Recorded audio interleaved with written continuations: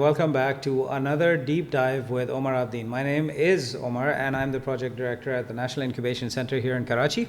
Today, I am very pleased to welcome an old friend and ex-colleague from my Kareem days, Tariq Ellahi. Tariq, welcome to the show. Assalamu alaikum ji, and thank you so much for having me, Omar. It's always a pleasure meeting up with you. We're going to do it more often though, but I think you and I, we're just so busy in our everyday work lives, we don't get the time. But I think that's a great segue into what you're doing right now. So Tariq is actually a co-founder and chairman of Daewoo Adda, and we're going to get into that in a minute.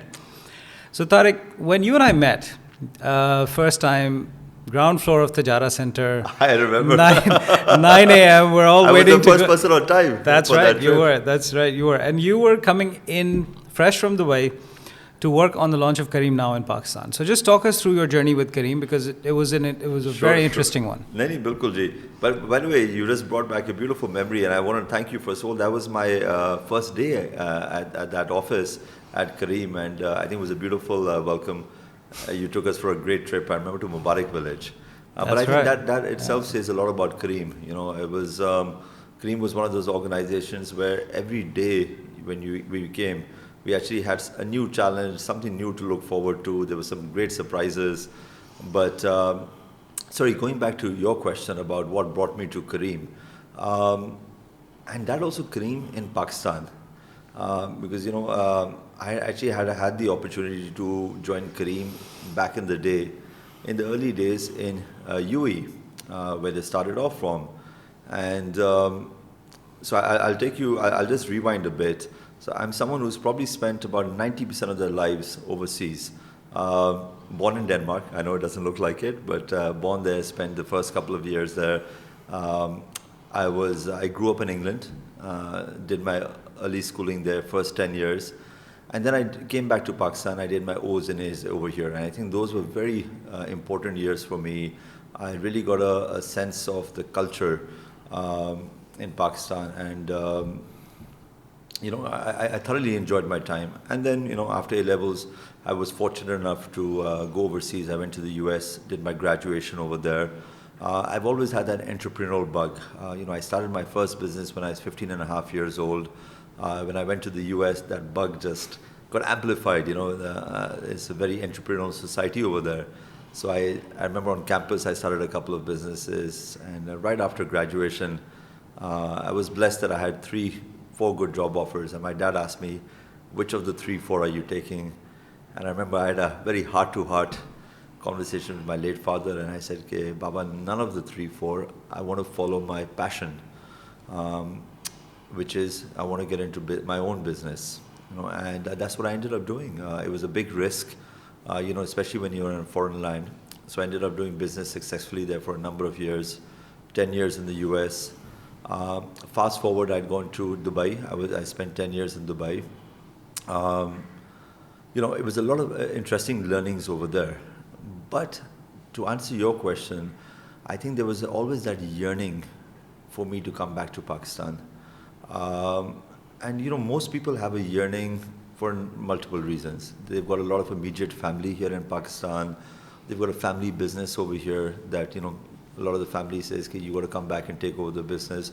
Tell you the truth, I had neither of the two. I have, as of now, 0 immediate family in Pakistan, no family business whatsoever. So I had nothing pulling me back here except for the natural yearning. And that's when I took the leap of faith. You know, a lot of us, we have these living room conversations. कि यार पाकिस्तान में ये होना चाहिए. पाकिस्तान के लिए कुछ करना चाहिए. You know, हम आराम से बैठे होते हैं दुबई, न्यूयॉर्क, लंदन में, कहते हैं कि यार ये करना चाहिए, वो करना चाहिए. Government is not doing this, that. And I said, यार, let me actually walk the talk. You know, and I'll be honest. I've been part of those conversations. I said, let me go back and contribute whatever I can. Maybe it's 0.0001%, but that if we take 1,000 people like us, it adds up to something. So I took that leap of faith, literally packed up my bags, and that's when conversations with Kareem. I remember Mudassir, Sheikha, and I, someone who I think is one of the, you know, someone I really admire as a founder. He's shown the way for a lot of other people that have gone into the tech ecosystem. Mudassir and I connected several years back when I was in Dubai. I actually let go of the opportunity to join Kareem in Dubai. I wanted to come back to Pakistan. Reason is that Pakistan, where the challenges are so amplified. You and I, we've all been to Dubai. I've lived there 10 years.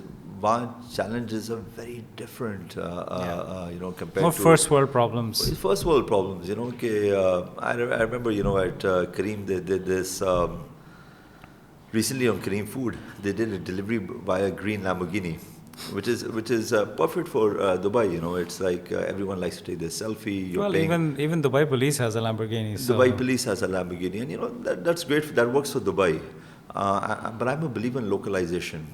Over here, that's not the challenge that we have. How are you going to get delivered? Our challenge is when you have a pizza, and these are challenges that I've gone through. I was someone who headed up Kareem Food, launched it here in Pakistan.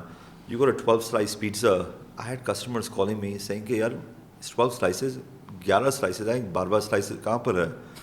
So, we would have to figure out what happened. Yeah. And sure enough, a lot of the times, I'll be very honest, was, the rider would get hungry and he would take a nibble of that 12 slice, or at times, he'd go over a ditch that's not there on the road in Lahore, in Dubai and all, and the pizza box would flip over and a couple of slices would go flying out, So these are problems that people can't fathom in the first world.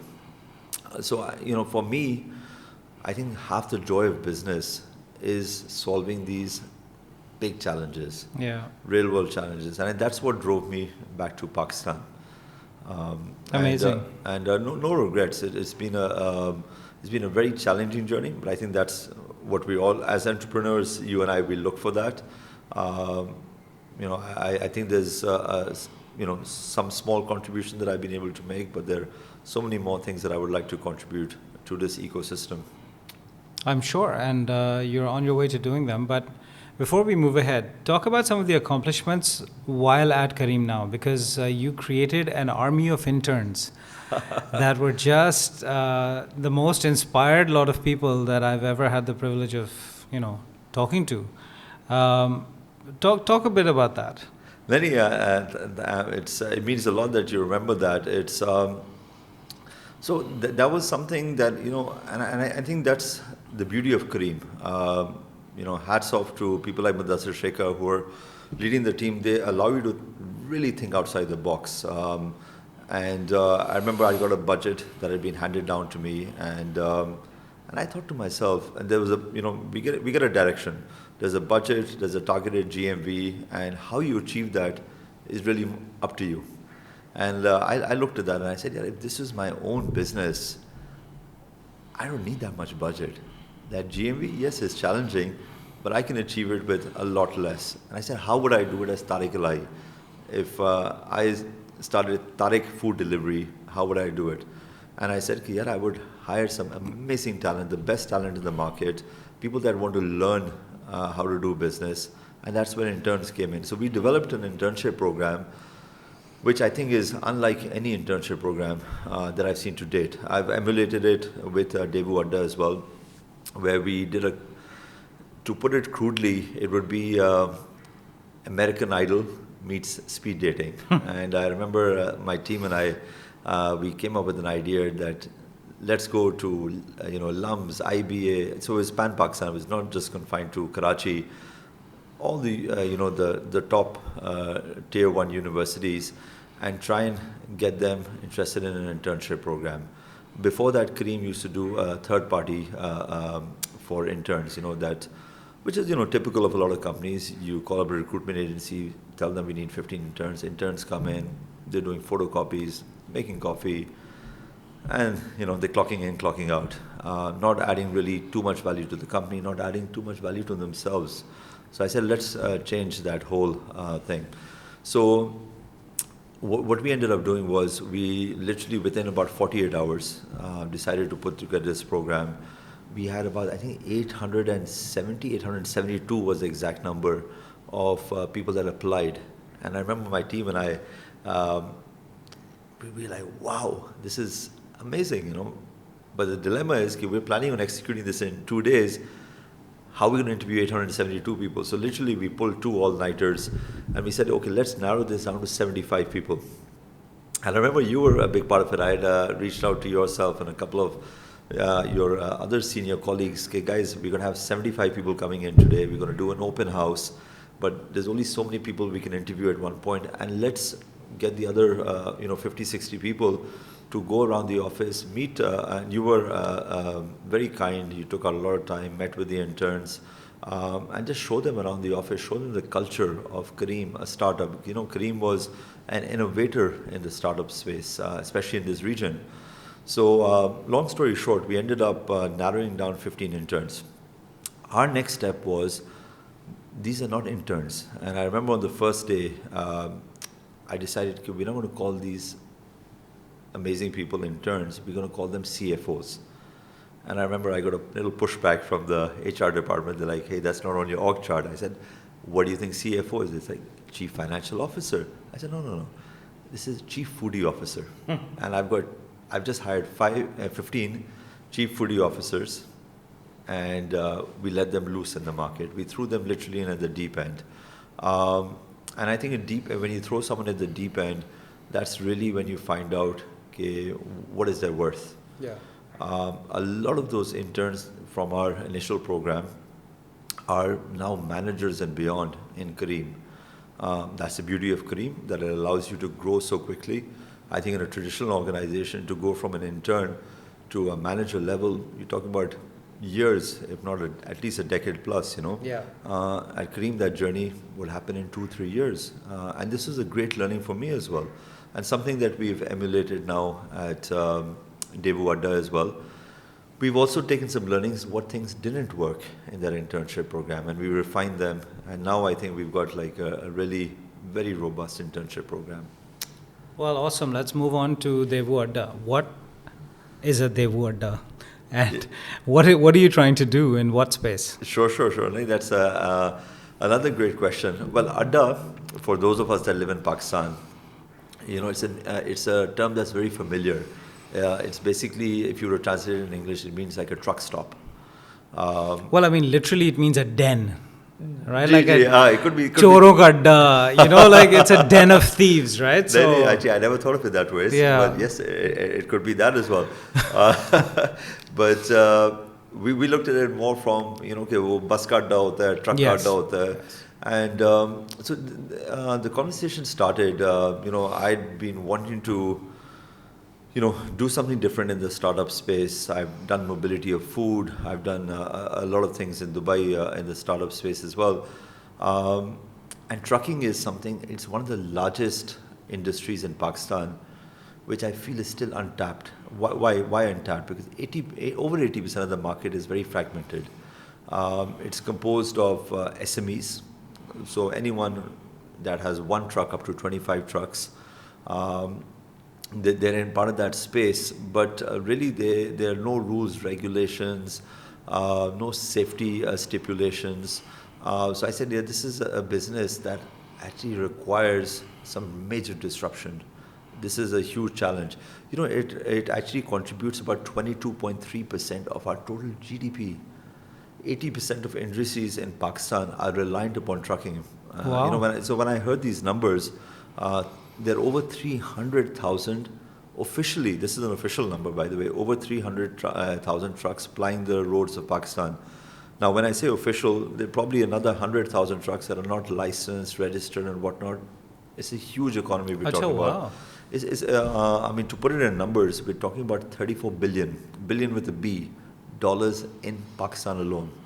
So I'd say this is huge. A lot of startups, Omar, they come in, and a lot of startups that are born out of Pakistan, they say कि our goal is कि हम Pakistan में start करेंगे, KLI में जाएंगे, and then we'll go to Dubai, Singapore, we'll conquer the whole world. I just felt that this problem that we've got in Pakistan with trucking is big enough. Why bite more than I can chew? It's a 34 billion problem. It's, you take 80% of 300,000 trucks. So I said, I want to be that company that knows Pakistan inside out. It's again about, because of my time overseas, I've had that global overview. So I've seen what really works well in North America, UK, Europe, Dubai, Middle East. I want to bring a lot of those best practices to Pakistan. But then again, at the same time, I'm very, very of the fact that you have to localize. There are a lot of practices in the overseas world that you can't bring here. People are more tech savvy over there. Over here, you give a smartphone to a trucker. A lot of the truckers, they've been used to using dumb phones. They don't even know what a smartphone is. Or if they do, they don't have data packages. So there were a lot of different issues that we had to deal with over here. That's what I would tell to a lot of startups over here. You look at the Facebooks, the Googles and all, and even Kareem. I think Kareem did something very well. When they started off overseas, they localized for every market. Don't copy and paste.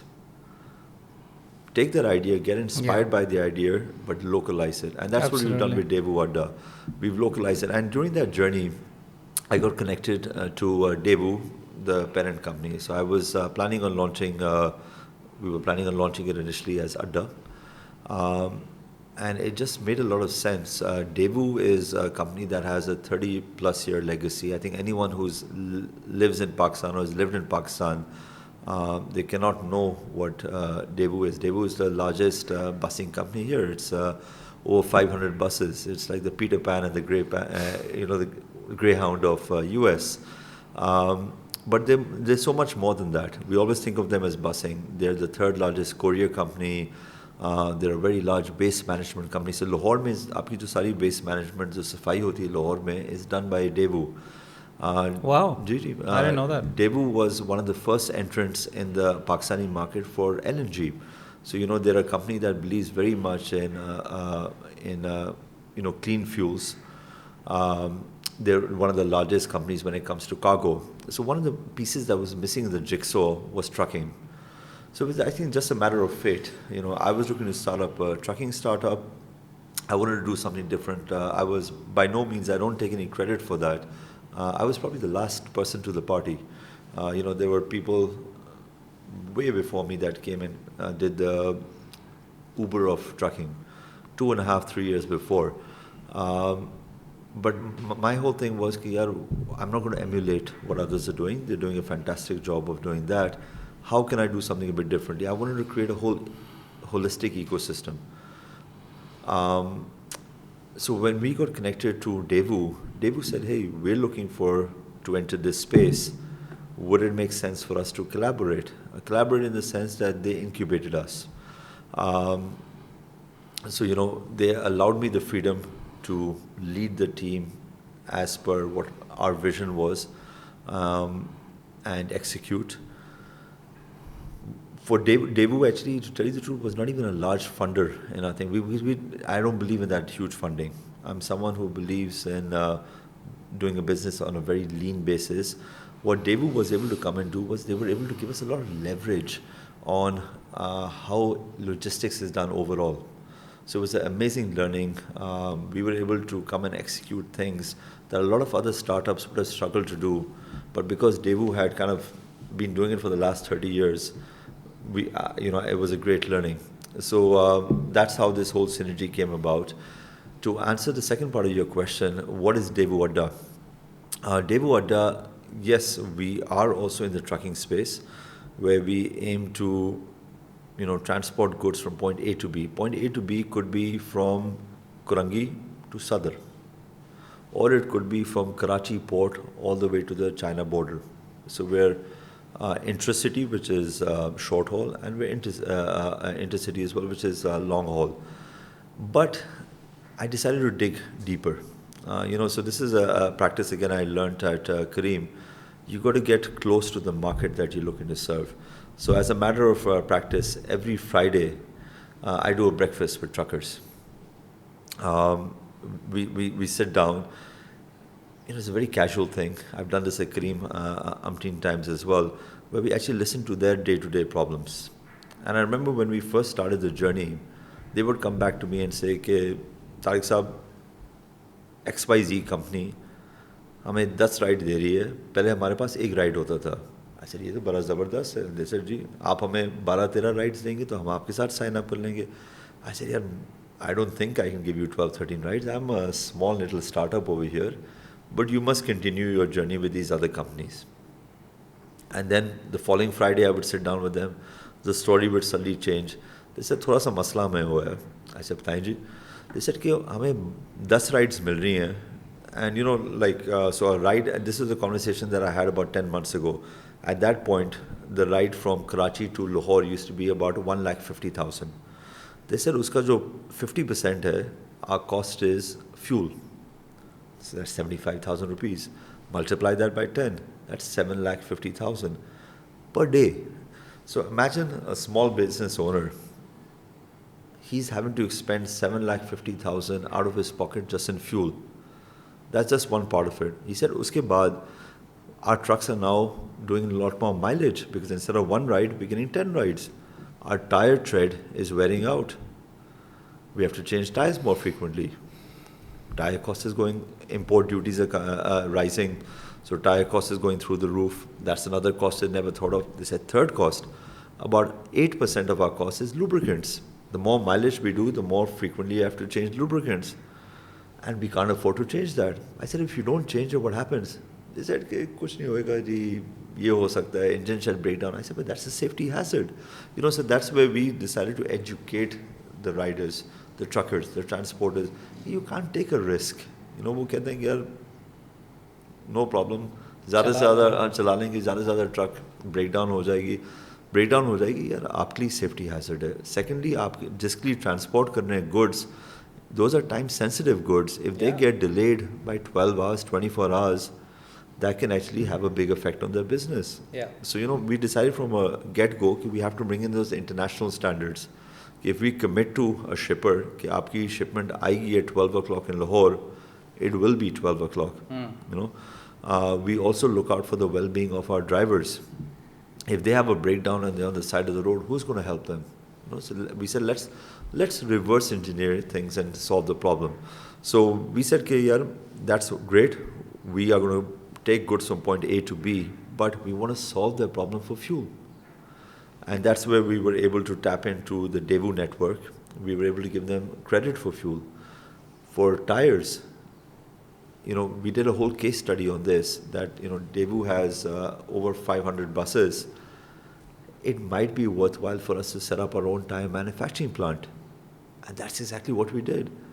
You know, we want to contribute to the economy in Pakistan. We want to create jobs over here. So in Balochistan hub mein, we just did a groundbreaking recently on our tire manufacturing plant, where apart from the buses, there's going to be tire manufacturing for our truckers. Lubricants, you know, so we're in final talks with one of the OMCs over here, where we can get a deep discount of the lubricants, and our intention is to pass on that discount to the truckers so they can benefit from this. You know, so again, the goal with Daewoo Adda was not to get into a price war. I'm not a believer. I'm a very traditional when it comes to certain types of business. Okay, subsidies, price wars, for me, they're not sustainable. I know a lot of startups are doing it these days. Well, they were doing it. They were doing it. Yeah. I think they're also rethinking their strategy. This is something that I've never believed in from day one. It's just not sustainable. For me, it's all about value addition. For me, the team.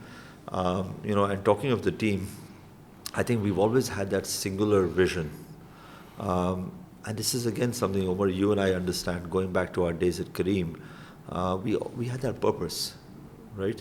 It was not just to get a person from point A to B or to deliver food from a restaurant. There was a larger purpose, and we all believed in it. And you know, I've been able to translate that into Daewoo Adda. I think every hiring that we've done, from the coffee boy, the tea boy, all the way to the top, has that singular vision.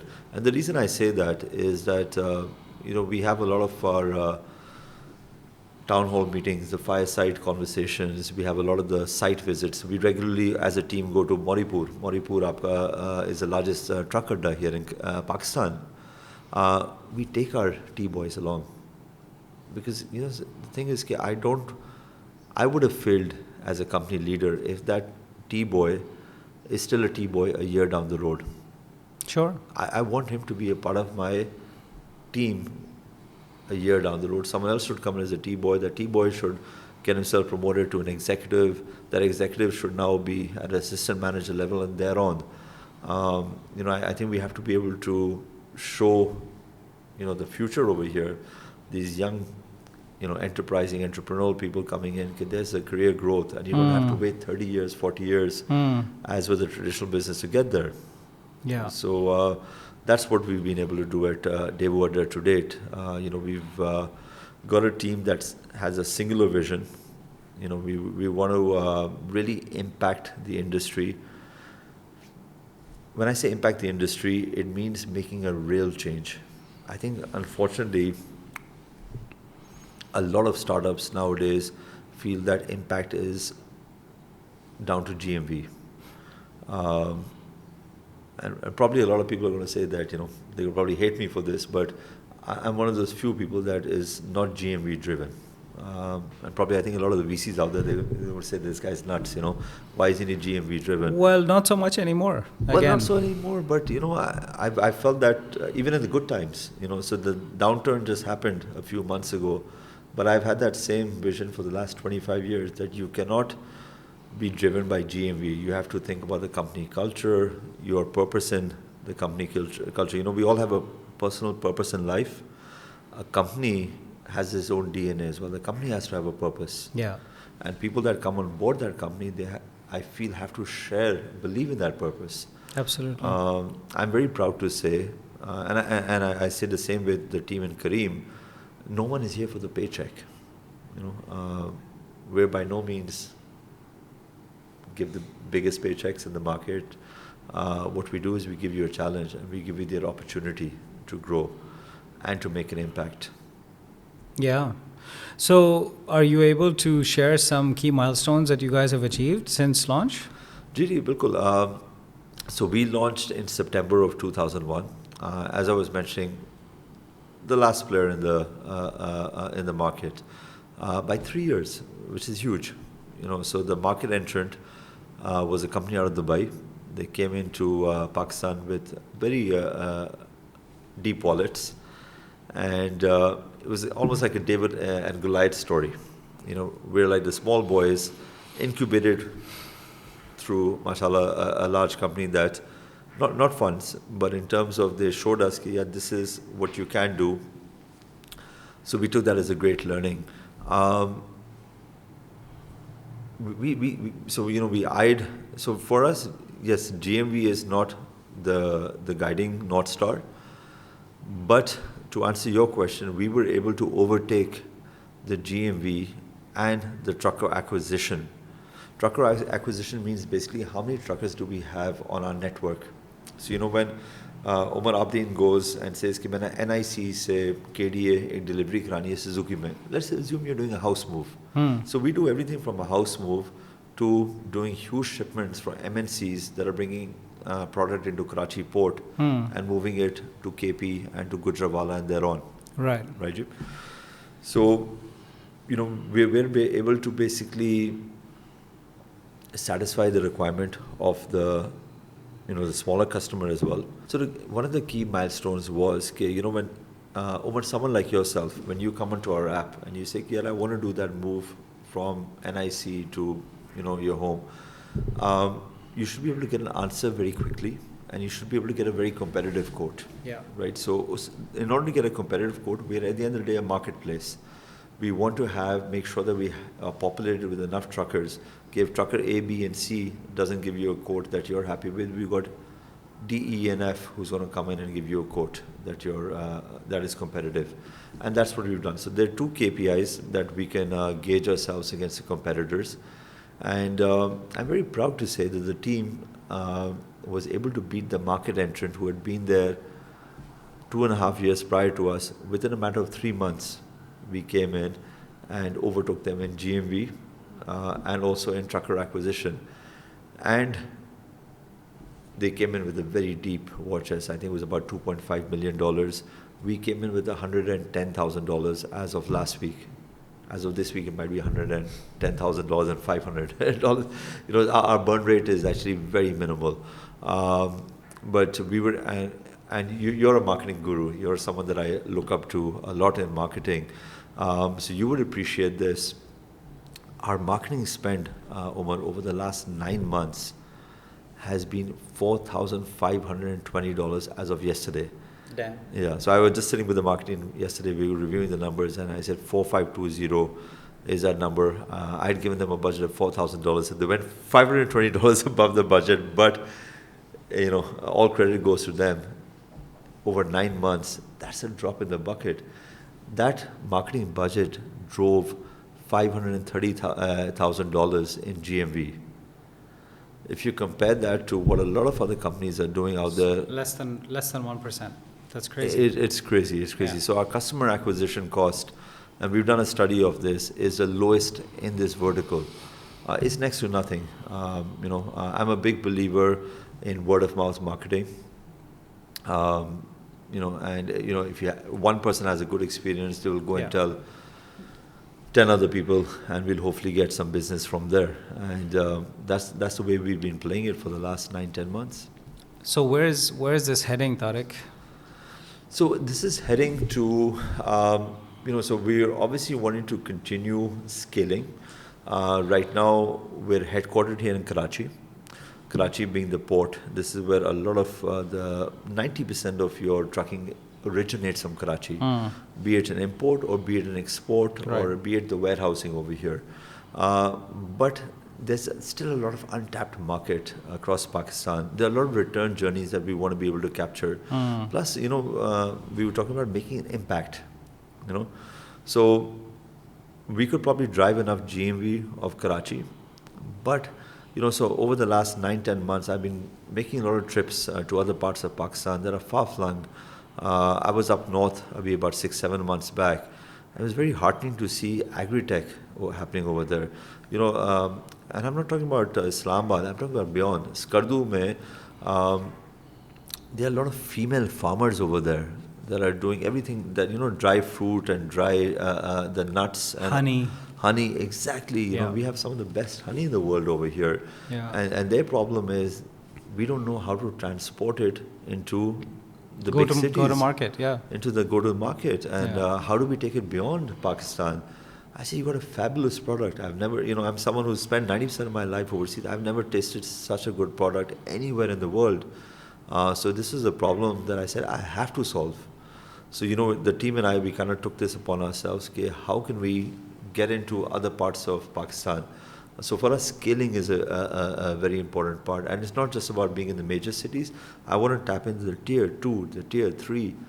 Our tier 4, we want to go into the villages, right? We've got people in villages that I had never heard of, honestly, a year back, and Omar Court, say, aage hum villages pe ja rahe hain, where literally we've had to trek over there to get over there, and why can't I provide jobs over there? And these villages, they have so many things that they can sell into the big cities, but again, they don't know how to, a lot of these things are perishables as well. So वो कहते हैं कि यार हमें वो गदागारी में हम लेकर जाते हैं 4-5 दिन बाद वो ख़राब हो जाता है सामान, ये हमने सामान ट्रांसपोर्ट करना है 24 घंटे के अंदर. मैं उनको कहता हूँ यार 24 घंटे के अंदर मैं आपके लिए 12 घंटे के अंदर ट्रांसपोर्ट कर लूँगा. वो कहते हैं कि we can't afford it. I said आप मुझे बताएं कि आपके क्या प्राइस पॉइंट्स है. So we have a real conversation with a lot of these people, a lot of these farmers that are really the backbone of our society.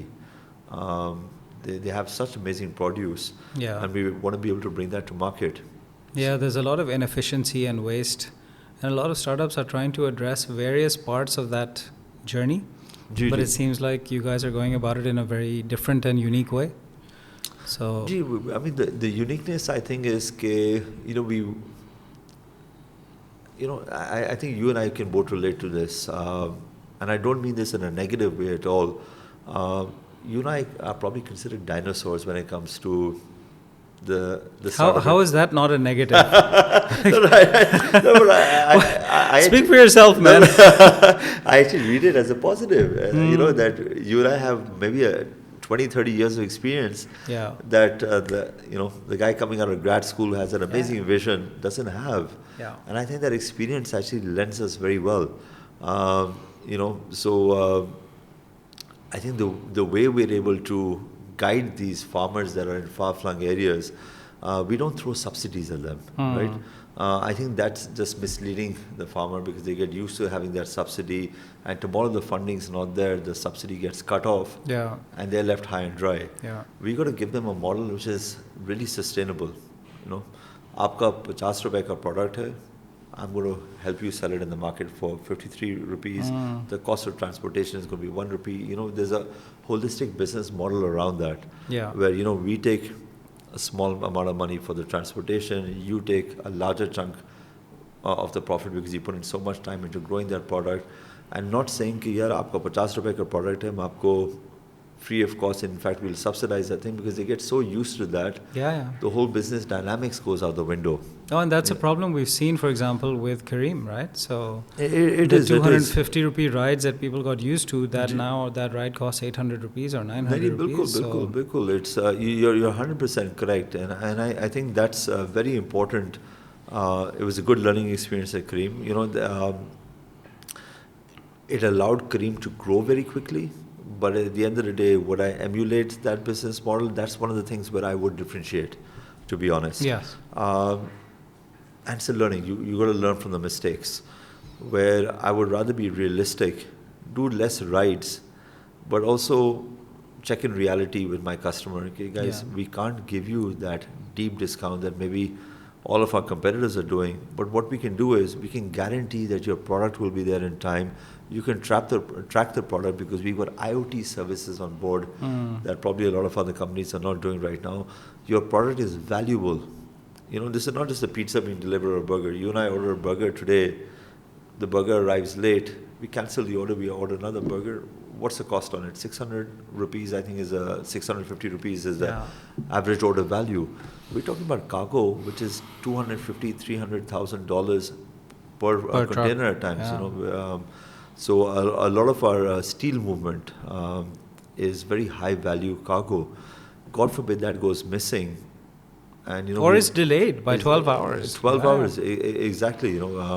We service a lot of the FMCG consumers that are going to supermarkets. So it's a very time sensitive. They have to get their product on the shelf by a certain time. If not, the customer is going to go and buy it somewhere else. So these are very time sensitive products. So we have a very transparent conversation that, guys, we're not into subsidies. We're very competitive. What we want to give you is value addition. I think the value addition has been the driving force in Daewoo Adda. Okay, what we can give you in terms of, at the end of the day, we're a tech company. We're not a company that's a financial company that's here to subsidize loans and whatnot. We're a company that's here to drive innovation. And innovation is sustainable innovation. Sustainable innovation, exactly. You hit the nail on the head. Sustainable innovation is what we do day in and day out over here. Amazing. Well, it sounds like you are on a very interesting journey, no pun intended.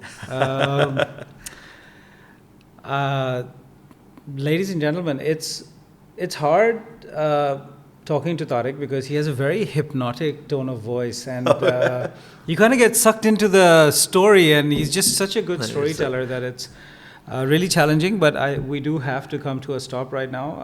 Tariq, thank you so much for coming in and sharing your insights, and I and the team here wish you all the very best in the next leg of your journey. No, thank you so much, and very kind words on your part, Omar. I really appreciate it. When you talk about the hypnotic words in the journey, a lot of that journey is not myself alone. This is a journey that's actually driven by a whole team. So on a daily basis, I learn from, like I was going back to, everyone from the coffee boy to up, and they tell me, we could do this, that. So, like you and I having that chat, I have the same chat with the team on a regular basis. I learn so many things, and these are things that we said that why not? Why can't we do this? There's nothing restraining us from doing this, right? It's just a mindset. Absolutely. But thank you so much for allowing me to talk about the Daewoo Adda journey. Pleasure was mine. Thank you all. We look forward to uploading this video soon, and we will see you on the other side. Thank you and have a great day.